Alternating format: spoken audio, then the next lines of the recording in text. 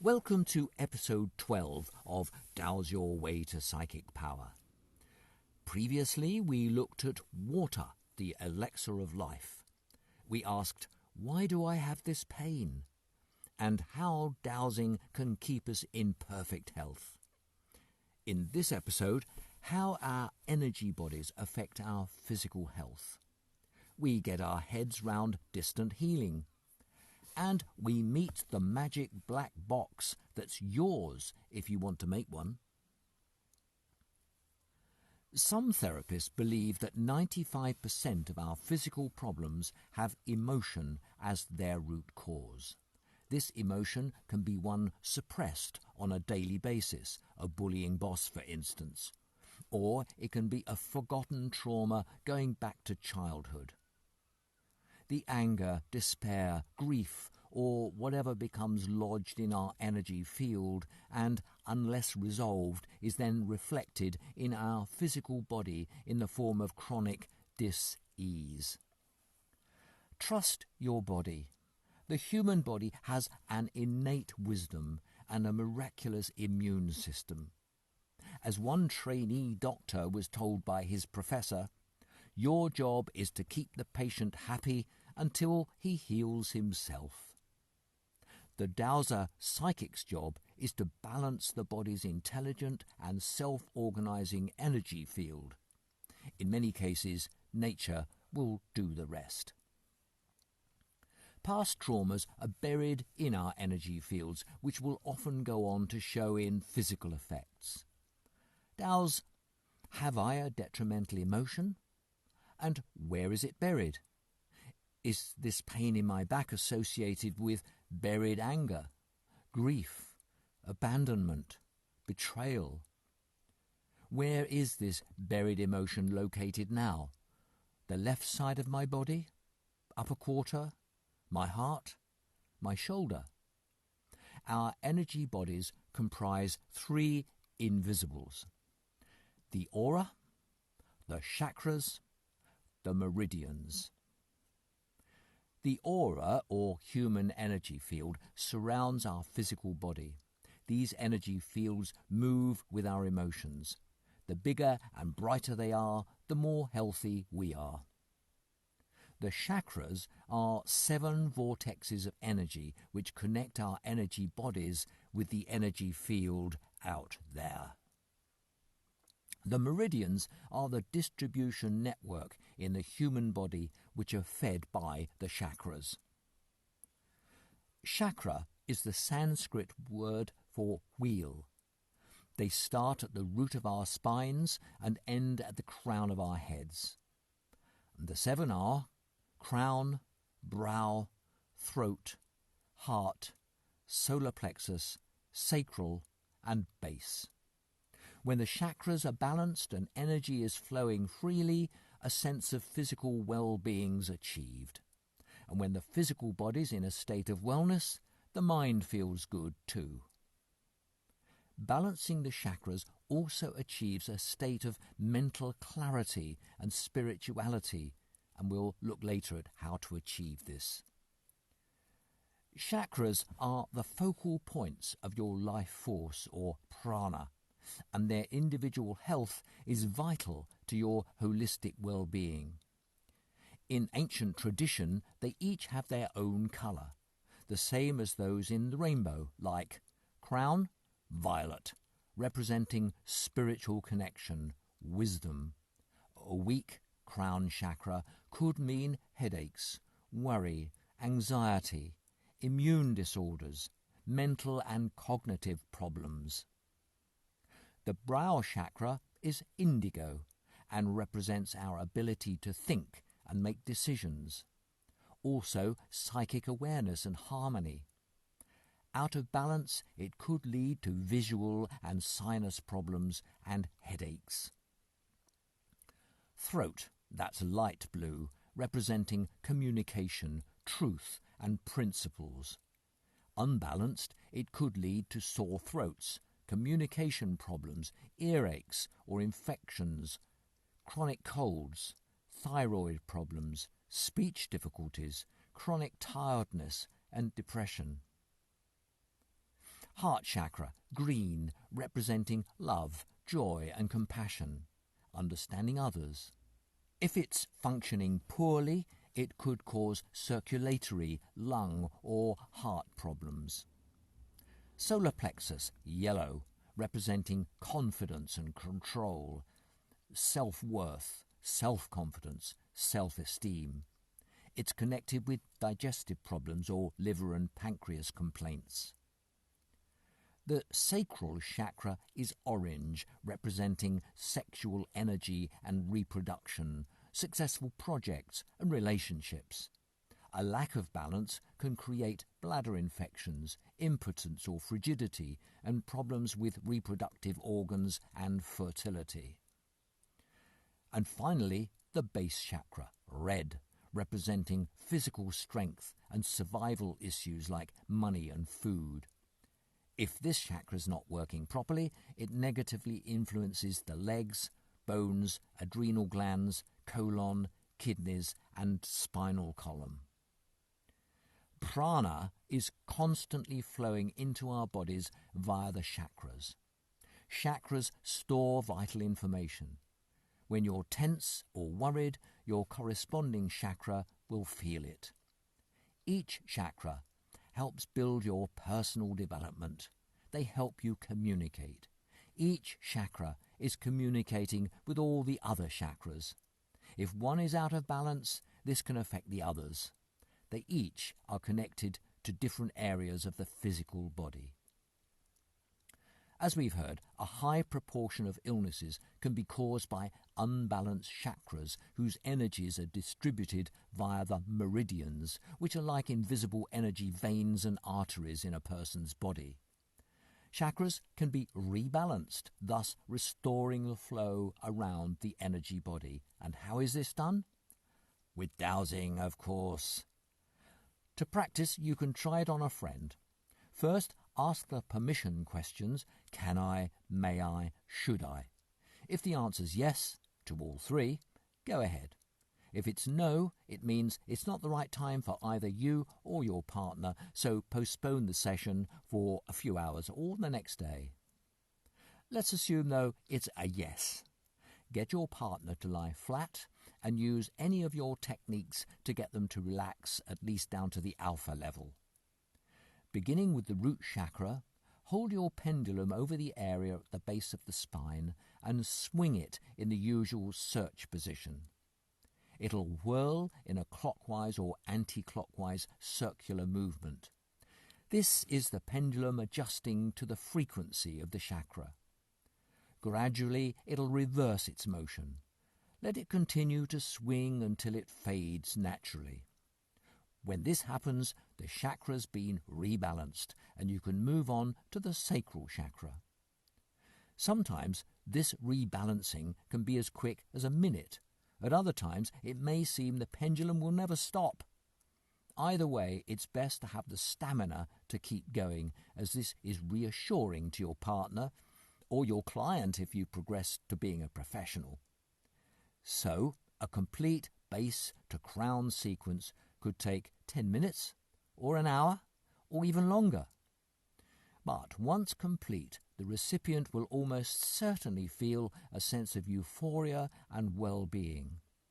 And remember, you're only part of the process. Another part is the recipient's unconscious attitude. They must be prepared to accept what you are prepared to give. And not every chakra will need to be rebalanced, so the movement of the pendulum might be minimal.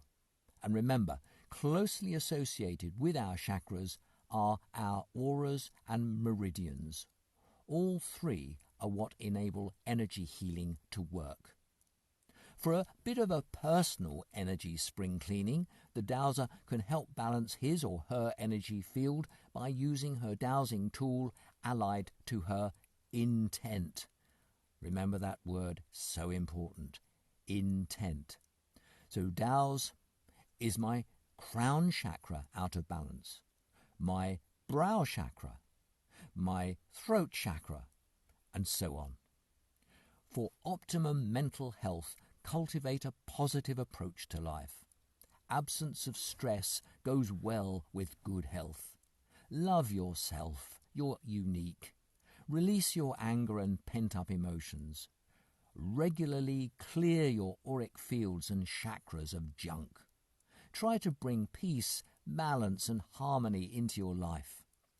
Dowsing's a valuable tool for keeping healthy, and it allows us to understand the seen and the unseen worlds around us. The questions that we ask are only limited by the extent of our imagination. You'll find that as you ponder, ideas will come into your head and help you to a solution. We'll be looking again at our energy systems and their effects on us later. Meanwhile, though, what about remote healing and that intriguing magic black box? Psychics have a natural affinity to healing, either humans or animals or both. They use their intuition to help other sentient life. Some claim that distant healing is more effective than much of the healing done face to face. This is because time or space doesn't exist when connecting or sending energy via the field. And as all dis-ease is caused by disruptions in the human energy field, the healer's intent goes straight to the heart of the problem and corrects it. Once the energy body's rebalanced, the physical body follows. Our bodies have an inner wisdom, and they know best what they need for perfect health and vibrant energy. Given the right stimulus, they'll reach out to the universal matrix and draw on what they need to restore health. And the right stimulus can be you using your dowsing instrument to diagnose the cause of the problem, usually emotional, and energetically start the process of reconnecting the human energy with the universal matrix.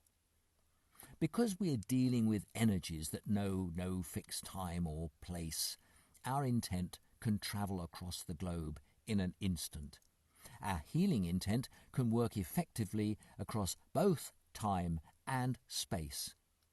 To achieve this, some healers use a black box to aid the process, and this is called radionics.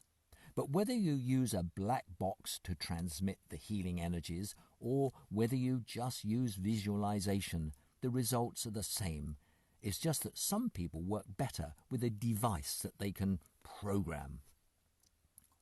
The principles of distant healing have emerged from many years of experimentation, controversy, argument, and heartache. These challenges especially accompanied the invention of radionics. A brief history of this amazing art would be a good way to illustrate how distant healing works, and many of its precepts are aligned with those of dowsing. So, what exactly is radionics? According to the Radionics Association, it's a method of sending precisely defined healing energy to people, animals or plants, no matter where they are in the world. This is exactly the same principle as distant or remote healing or dowsing. It's worth quoting in full the Radionics Association's official definition. The name reflects the view of early practitioners that they were broadcasting healing. But we now know that radionic treatment occurs at a level of reality where there's no distance between us. This is a challenging concept, but it's entirely compatible with modern physics and also with the ancient mystic teaching that at some levels we are all one, and that at this level exchanges of healing energy can occur. The RA goes on. Fundamental to radionics is the view that a living body has a subtle energy field which sustains and vitalizes it. If the field is weakened, for example by stress or pollution, then eventually the physical body also becomes weak, leaving it susceptible to illness. The aim of radionics is to identify the weaknesses in this field and to correct them, and thereby alleviate or prevent physical or emotional dis-ease. This subtle field cannot be accessed using our conventional senses. Radionic practitioners use a specialized dowsing technique to both identify the sources of weakness in this field and to select specific treatments to overcome them. The RA says that it's not necessary for a patient to be present for the practitioner to tune in to him or her. Something unique to the patient, such as a signature or a hair sample, may be used as a proxy or witness. This can happen, they believe, because part of the mind of each of us is linked via a universal mind. The universal mind seems to function outside the familiar space-time framework of our day-to-day lives, and that's why it doesn't matter where the patient and the practitioner are. They can be together or miles apart.